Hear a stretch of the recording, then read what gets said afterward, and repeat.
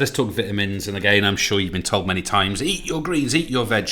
And of course, we're going to find out here there's a pretty good reason for that argument. But let's look at what vitamins are, and let's see how they link to our sports science, our P performance, our P participation, our physical literacy. So we're saying vitamins are small organic compounds that the body cannot produce. So I want to stress this point here. We can't make vitamins, so therefore the only thing we can do is take them in from our food. Okay, so we have to do that. Now, we're going to talk about supplements later on. There is an argument for supplements, and I'll sort of address some of those points. But in essence, we are looking at taking vitamins on as part of a balanced and varied diet.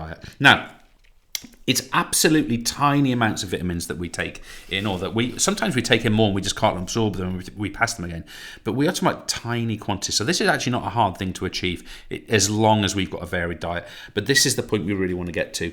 If we do not take on sufficient vitamins, we will have health issues, okay? Now, in a period of time, I'm recording this in 2022, in a period of time where we're coming out of things like global pandemics and what have you, vitamins would actually be even more bolstered as a crucial element of our diet because of some of the sort of the threats that we face. Now, I've also sort of just used a generic image here. One of the things that you can do is simply eat fruit and vegetables. Now, it's a really nice way just to get lots of vitamins into your diet, okay? And that will do a huge amount for you. It's something as simple as that.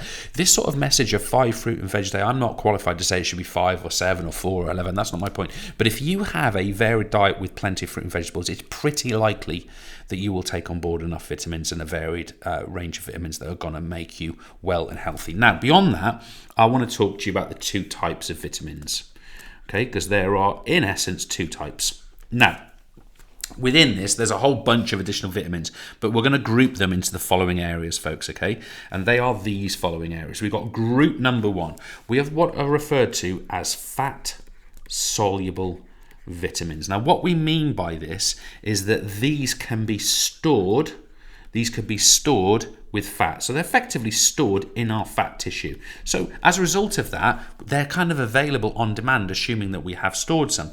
And we can therefore use when required. They're used when required.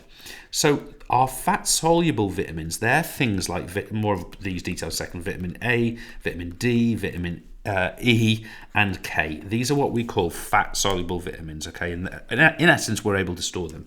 But we've got another bunch of vitamins that are not stored. These are called water-soluble vitamins. Water-soluble. And of course, it's these ones, because they cannot be stored, as a result, let me just put in here, they are lost through urine. In essence, we pee them out. They are lost through urine. As a result of that, they are needed regularly. Okay, so I'd really ask you and encourage you to think about your consumption of the following vitamins. What about your consumption of vitamin C and vitamin B? Do you get enough? Do you consume enough regularly? And the reason we ask that is because unlike our fat-soluble vitamins, they cannot be stored by the body. Now, beyond that, we have in total 13 vitamins that we just want to have a broad awareness of at this point. Don't worry, I'm not going to ask you, I don't want to make this into a vitamin memorizing exercise or lesson.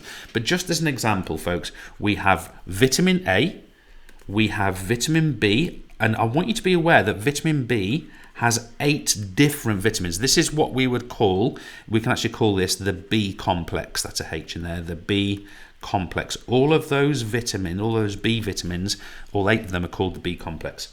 We also have vitamin C, more of which in a second. We also have vitamin D. We also have vitamin E. And we also have, let me put it in this color, we also have vitamin K. Now those combined make up, in essence, our 13 total vitamins, all of which we need to get into our system, some which can be stored, others that can't. Now, can I remind you that these 2 vitamins here are water soluble and cannot be stored by the human body. So let's look at those as an example. I'm going to say we've got an example here, and our example is going to be vitamin C. And I'm going to give you a bit of throwaway information here. Vitamin C has got its technical name, which is called ascorbic acid. It's hard to say that, isn't it? Ascorbic. I don't know why it's hard to say it, but it's hard to say. Now, where do we find this? We find this typically in citrus fruits. Think oranges, think lemons, think limes. They are excellent sources of vitamin C. So a really good idea to eat an orange a day, especially during the winter. Of course, orange is a winter fruit. I'm sure you know that, but they're produced in places like Spain, also different parts of southern Europe, other parts of the southern hemisphere as well, sort of warmer climate. And it is a winter fruit. So it's a really good fruit to eat. Let's say between, I'm not saying this is the winter by the way, but let's say between October and kind of March time, an excellent example. It will really help you to keep your immune system healthy. Keep immune system healthy. Now, I'm assuming you touch on immunity in your immune system in your biology studies, but of course we're talking about things like your white blood cells here and their capacity to undergo all kinds of processes to ward off pathogens. They can, obviously we've got things like antibodies, we've got antitoxins. I'm not going to get into phagocytosis, that's for a whole other course. But of course, by eating citrus fruits, by eating this vitamin C, we can boost the capacity. But here's a major but. Vitamin C is destroyed when cooked. So if your favourite dinner from the restaurant or the takeaway is duck à l'orange or lemon chicken, unfortunately that isn't what's going to get the job done here for you. Fresh oranges, fresh lemon, fresh, you might use lemon juice, for example, on a salad, something like that, or on a piece of fish. That's an excellent source of vitamin C. Now then, let's take a second example. I'm also going to use the example of, just bear with me here. I'm going to use the example of vitamin B9, part of the B complex, and this is called folic acid.